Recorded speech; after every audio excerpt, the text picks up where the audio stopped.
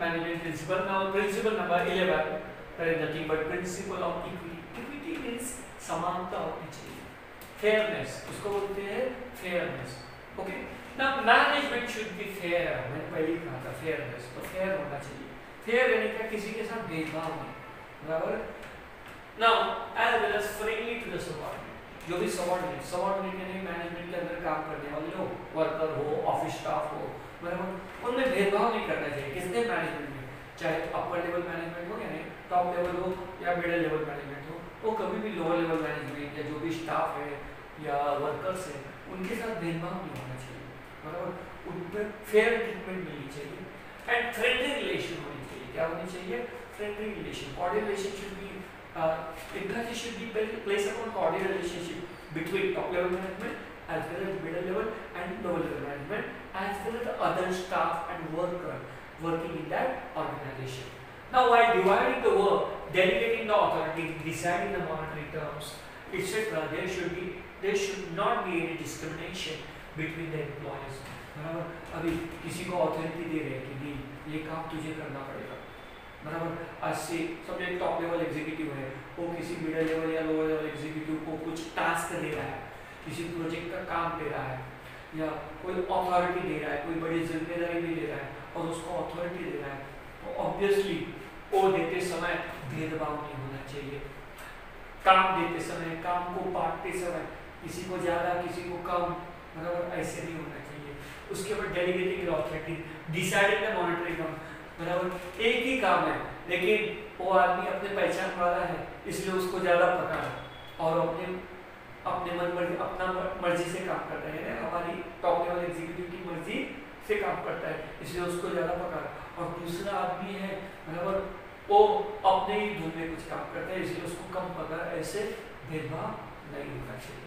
So there should not be any what you call that. While dividing the work among the workers or among the employees, as well as delegating the authority from top to middle level and middle level to lower level, as well as deciding the monetary term. Monetary term is nothing but the remuneration, wages, salaries, bonuses, commission. Wherever management is deciding on that, they should not discriminate among the employees or between the employees. They should not create inferior and superior relationship. Okay, or such kind of a feeling that this person is inferior, other person is superior. नहीं, ये बहुत अच्छा है, ये बहुत बुरा है. ऐसा है कि employees में कभी भी feeling नहीं होना चाहिए. There should not be any discrimination. भेदभाव नहीं होना चाहिए.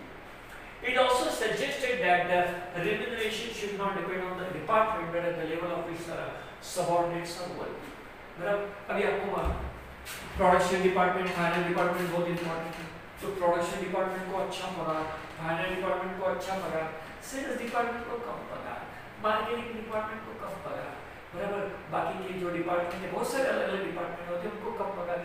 उसके ऐसे डिपार्टमेंट के ऊपर किसी एम्प्लॉयज का पगार नहीं होना चाहिए, बल्कि वो काम कैसे कर रहा है, उस काम का आउटपुट क्या है, ये सबसे इम्पोर्टेंट. कितना एफिशिएंटली, इफेक्टिवली एंड डेडिकेटिवली वो काम कर रहा है, कौन, वो एम्प्लॉय, उसके ऊपर पगार हो, उसके ऊपर रेम्यूनरेशन हो, बराबर. कि वो उस डिपार्टमेंट में काम कर रहा है इसलिए उसको ज्यादा पगार, ये इस डिपार्टमेंट में काम कर रहा है इसलिए इसको कम पगार. ये डिस्क्रिमिनेशन कहीं भी नहीं होना चाहिए. इसलिए उसको कहते हैं principle of equity. Equity means equality और इक्विटेबिलिटी. अब इक्विटेबल यानी क्या, सबको सेम पगार नहीं दे सकते, लेकिन काम के हिसाब से, बराबर, अथॉरिटी के हिसाब से हर एक को उसकी एफिशिएंसी के हिसाब से, क्वालिटी के हिसाब से हम लोग पगार देते हैं. So there should not be any kind of discrimination while delegating authority, dividing the work with division of work, as well as deciding the monetary terms. Okay. Working at the same level but in different departments should be paid same wages. This equity will help in avoiding conflict in the organization. If manager create inappropriate conditions or inappropriate feeling among the employees, that some employees are getting more what you call that favorable response or favoritism, उसको हम लोग बोलते हैं discrimination. क्या अच्छा, और एक अच्छा वर्ड यूज कर सकते हैं फेवरेटिज्म, कि हाँ ये मैनेजमेंट का बहुत खास आदमी है इसलिए इसको पगार ज्यादा है, इसको अथॉरिटी ज्यादा है. हम लोग उतने खास नहीं है, कितने मेहनत करके हम लोग इतने खास नहीं है, हमको कम पकड़ रहे हैं, ऐसी जब फीलिंग होगी तो obviously there will be a friction, there will be a conflict between in the organisation and there will be conflict between the various departments. तो उसमें डिपार्टमेंट में क्या हो जाएगा, कॉन्फ्लिक्ट हो जाएगा, संघर्ष हो जाएगा, झगड़ा हो सकता है।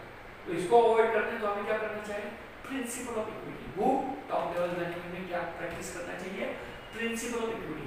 हर एक को हम लोग ट्रीटमेंट क्या देंगे, सेम, फेयर, इक्वल, किसी के साथ डिस्क्रिमिनेशन यानी भेदभाव नहीं करेंगे। Now we will get to we will go to principle number 12, principle of stability of tenure. Now stability of tenure, tenure यानी कितने समय तक वो काम करेगा, tenure is nothing but the time। So देखो हम लोग पढ़ेंगे, at the time of recruitment of employees, the management should assure them about stability of the tenure or job security. Job security, every employee is the tendency, is the inherent tendency of any human being that they seek security in the workplace and especially they long for job security. बराबर, हर एक इंसान चाहता है कि मेरा job secure हो, बराबर, यानी मेरे को कभी भी कैसे भी निकालना नहीं कंपनी वाले, उनको एक जॉब सिक्योरिटी चाहिए। ये जॉब सिक्योरिटी कौन एश्योर कर सकते हैं, top level managers. So obviously this should be done. The principle of stability of tenure at the time of recruitment of employees, जब employees को हम लोग काम पे रखते हैं या उसको अपॉइंटमेंट करते हैं, उसका इंटरव्यू लेते हैं और अपॉइंटमेंट करते हैं, तब उसी समय से उस एम्प्लॉय को लगना चाहिए, उस वर्कर को लगना चाहिए ये कंपनी बहुत अच्छा है, मुझे ऐसे ही कभी भी निकाल नहीं देंगे, यहाँ जॉब सिक्योरिटी है।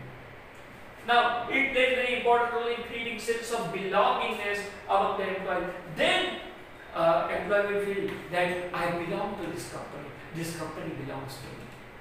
तब उस आदमी को लगेगा, उस एम्प्लॉय को लगेगा, बराबर उस वर्कर को लगेगा कि ये कंपनी मेरे बारे में सोचती है तो मैं भी उनके बारे में सोचूंगा, बराबर। ये कंपनी पराई नहीं है, ये मेरी है, मैं इस कंपनी में काम नहीं कर रहा हूँ, मैं जैसे मैं अपने घर में ही काम कर रहा हूँ। ऐसी फीलिंग एम्प्लॉय में आनी चाहिए कि मैं अपने लिए नहीं काम कर रहा हूँ, मैं कंपनी के लिए भी काम कर रहा हूँ, मैं सबके लिए काम कर रहा हूँ। So insecurity job always affect the efficiency of employ. लेकिन समझो कॉन्ट्रैक्ट बेसिस के ऊपर आजकल रखा जाता है, उनको मालूम है, एम्प्लॉयज को मालूम रहता है, आज रखेंगे 1-2 साल के बाद निकाल देंगे, 3 साल के बाद निकाल देंगे, वो बोलेंगे फिर क्यों मैं मेहनत करूँ, क्यों मैं लॉयल्टी से काम करूँ, क्यों मैं डेडिकेशन से काम करूँ, बराबर, क्यों मैं सब कुछ त्याग दूँ, छोड़ दो, तो उस काम में क्या होगा, इनएफिशिएंसी होगी। So insecurity job always affect the efficiency of employee. Adversely, when job security being managed employees turnover ratio. और ऐसे एम्प्लॉय जो जहाँ कॉन्ट्रैक्ट बेसिस के काम पे रखा जाता है, जहाँ जॉब सिक्योरिटी नहीं रहती, वहाँ एम्प्लॉय पूरा डेडिकेशन नहीं देते और उन लोगों को दूसरा कोई अच्छा जॉब मिला, अच्छा ऑफर आ गया, वो वहाँ भाग जाते हैं उस कंपनी को छोड़ के। लेकिन जहाँ जॉब सिक्योरिटी रहेगी, वहाँ अगर दूसरा अच्छा भी ऑफर आ गया तो भी बोलेंगे नहीं, इस कंपनी में मैं काम करूंगा, क्योंकि भले मुझे यहाँ पगार कम है, मुझे अच्छा ऑफर आया है सामने से, लेकिन यहाँ मुझे जॉब सिक्योरिटी है, यहाँ मुझे ये लोग कभी भी मन चाहे तब निकालेंगे नहीं। That's why job security is a vital part of any organization. It is a sense of security among the employees and they work devotionally. सब कुछ अपना दे देते हैं ऐसे कंपनी में, इसलिए जॉब सिक्योरिटी बहुत इंपॉर्टेंट है। उसको हम लोग बोलते हैं principle of stability of tenure. Job security short में क्या बोलते हैं, principle of stability of tenure. Now we go to principle number 13, principle of initiative. अभी इनिशिएटिव में क्या कि आगे आके डिसीजन लेना, हर एक एम्प्लॉय को, हर एक मैनेजर को खुद ब खुद आगे आके खुद ब खुद हम लोग बोलते हैं इनिशिएटिव लेना चाहिए, आगे आना चाहिए, आगे आके डिसीजन लेना चाहिए, आगे आके काम करना चाहिए, उसको बोलते हैं principle of initiative. Now initiative refers to the volunteering to do the work in an innovative way. और सिर्फ आगे आके काम करना नहीं, बल्कि एक लीडरशिप रोल लेना चाहिए, लीडरशिप रोल एज्यूम करना चाहिए और कुछ नए ढंग से काम करना चाहिए।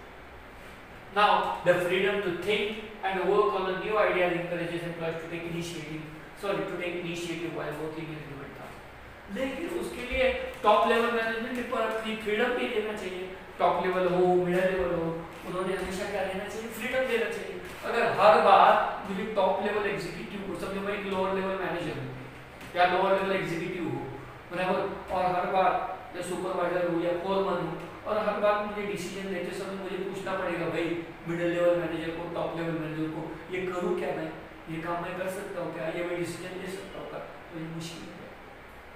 कोई पूछने नहीं जाएगा, वो इनिशिएटिव नहीं लेगा, वो कभी आगे नहीं बढ़ेगा, और कंपनी भी उसके कारण आगे नहीं बढ़ेगी। इसीलिए ये फ्रीडम होना चाहिए, कोई भी कंपनी में क्या होना चाहिए, फ्रीडम होना, there should be a freedom in the company to think and to take decision on your own, and this freedom mean nothing but delegation of authority. इसका मतलब क्या, अथॉरिटी सबको देना चाहिए। टॉप लेवल ऐसा नहीं बोलना चाहिए सब मैं ही डिसीजन लूंगा, उन्होंने मिडिल लेवल को अथॉरिटी देनी चाहिए। मिडिल लेवल में ऐसा नहीं बोलना चाहिए कि मैं ही सब डिसीजन लूंगा, बल्कि उन्होंने लोअर लेवल को देना चाहिए।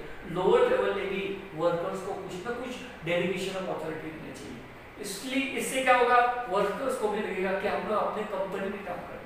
जैसे हमारे घर में हम लोग डिसीजन लेते हैं, वैसे ही एम्प्लॉय जो है, वर्कर जो है, वो कंपनी में खुद डिसीजन लेंगे, खुद इनिशिएटिव लेंगे, खुद एक लीडरशिप एज्यूम करेंगे, और इससे कंपनी का बहुत फायदा होगा, वो कंपनी आगे बढ़ेगी। उसको ही बोलते हैं principle of initiative. So, by manager including through thorough discussion in those ideas. Initiative should be welcomed by the manager through discussion. Now, this initiative should be welcomed by the manager including thorough discussion on those new ideas. समझो किसी employ ने new idea लाया, उसके समझो कोई भी चीज के लिए कुछ नया कल्पना, नई आइडिया उसने लाई है, तो उसको वेलकम करना चाहिए। कोई भी मैनेजर हो, चाहे टॉप लेवल हो, मिडिल लेवल हो, लोअर लेवल हो, कोई एम्प्लॉय अगर कुछ आइडिया लेके आता है तो उनको हमें स्वीकार करना चाहिए, वेलकम करना चाहिए कि ये अच्छा है, बराबर। It also haves creating healthy organisational culture. तो ऐसा जो कल्चर होता है वो बहुत हेल्दी रहता है, किसके लिए, ऑर्गेनाइजेशन के लिए। कोई भी कंपनी के लिए ऐसा हेल्दी ऑर्गेनाइजेशन कल्चर होना जरूरी है। नाउ लास्ट है फोर्थ प्रिंसिपल ऑफ एस्पेरेंटिकॉफ। एक्चुअली एस्पेरेंटिकॉफ से जो है ये फ्रेंच वर्ड है, मैंने ये यूज किया, मैंने पहले बोला था। हेनरी फायोल क्या था, फ्रेंच माइनिंग इंजीनियर, और फ्रेंच था, फ्रेंच इंजीनियर था, तो इसीलिए वो फ्रेंच वर्ड को जिसने इस्तेमाल किया। देखो प्रिंसिपल ऑफ एस्पेरेंटिकॉफ, टीम वर्क होना चाहिए।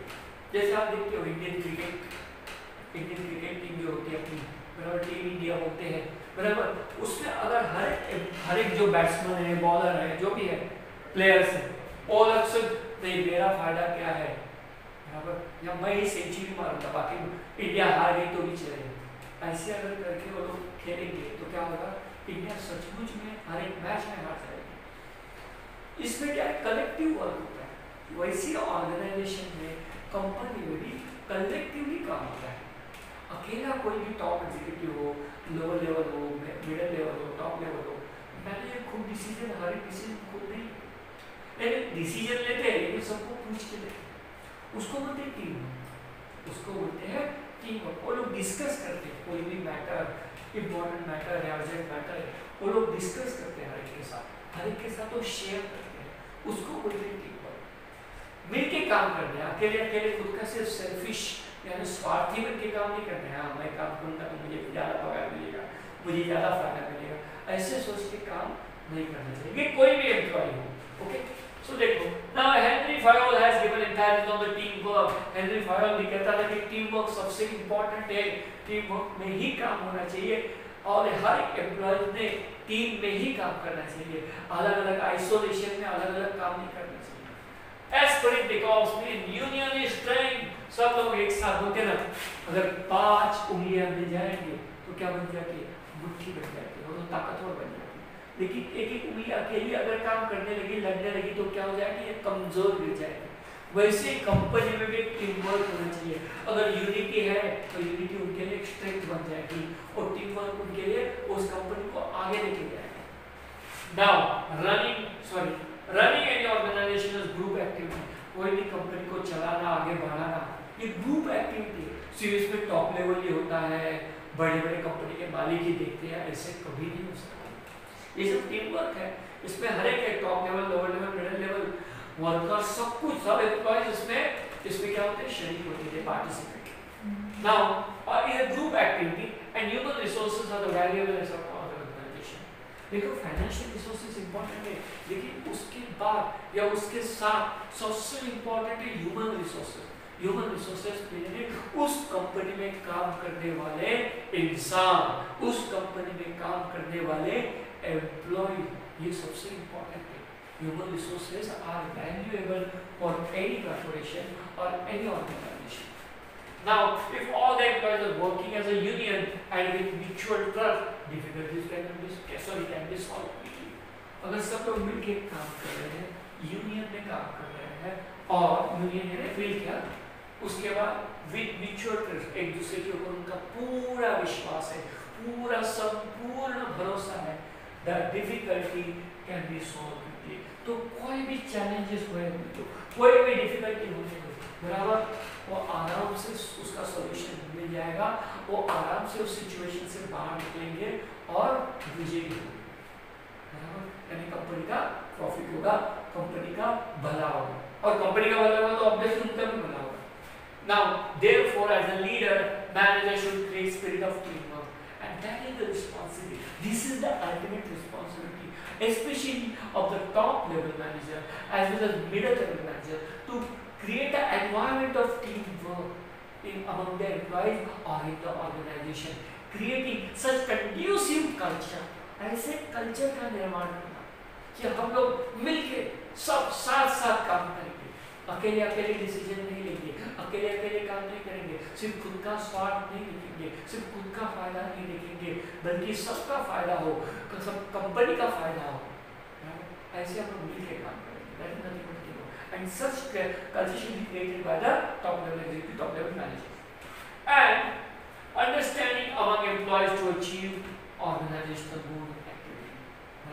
और हर एक कंपनी के जो एम्प्लॉयज है उनमें ये अंडरस्टैंडिंग क्रिएट करने का काम टॉप लेवल एग्जीक्यूटिव, जो भी एम्प्लॉयज है, अभी कुछ एम्प्लॉयज ना बोलेंगे तो उनको समझाने के बाद, उनको समझाने बुझाने के बाद कि नहीं तुम्हें टीम वर्क में ही काम करना पड़ेगा, अगर टीम वर्क में काम नहीं करना है तो तुम इस कंपनी को छोड़ के जा सकते हो, क्योंकि ऐसे एम्प्लॉय भले कितने भी टैलेंटेड हो, अगर वो टीम वर्क में काम करने के लिए तैयार नहीं है, मतलब उनका टैलेंट कुछ भी काम का नहीं है, इससे कंपनी का लॉन्ग टर्म में नुकसान होगा। इसलिए team work is very essential, and to create such kind of atmosphere और environment, cultural environment of team work, that is the ultimate responsibility और utmost responsibility of top level executive or managers. Now, understand to achieve organizational vision. About 14 principles of Henry Fayol are very useful to manage the organization efficiently and effectively. ये 14 principles है, ये बहुत important है, बराबर सिर्फ exam के view में ही नहीं, अपने रोजमर्रा के जीवन में भी, यानी तुम भी कभी ना कभी बराबर पढ़ाई के बाद कोई कंपनी में काम करोगे या खुद का एक प्रोफेशन या बिजनेस शुरू करोगे, तब ये 14 प्रिंसिपल बहुत काम आए हैं हेनरी फायोल, बराबर। तो ये हेनरी फायोल जो है कंपनी के लिए बहुत यूजफुल है, कोई भी कॉर्पोरेशन के लिए, बिजनेस के लिए बहुत यूजफुल है। तो मैनेज ऑर्गेनाइजेशन एफिशिएंटली, कोई भी कंपनी का मैनेजमेंट संभालने के लिए, अच्छे तरह से संभालने के लिए, अच्छे ढंग से संभालने के लिए ये 14 प्रिंसिपल बहुत काम आते हैं। These are also supportive to functions of management, बराबर कोई भी मैनेजमेंट के फंक्शंस के लिए सपोर्ट करने के लिए 14 प्रिंसिपल्स बहुत काम आते हैं। These principles are very logical, और ये ऐसे तैसे किसी ने बनाया नहीं है, मन में आया लिख दिया, मन में आया बना दिया, यह लॉजिकल, उसके पीछे बहुत लॉजिक लगाया है, और ये logical principles and therefore applicable in modern management. और आजकल के मॉडर्न जमाने में और मॉडर्न मैनेजमेंट के युग में भी ये प्रिंसिपल्स, इंपॉर्टेंट प्रिंसिपल बहुत इंपॉर्टेंट है और लागू होते हैं, इसलिए ये प्रिंसिपल्स तुम पढ़ो। Thank you student.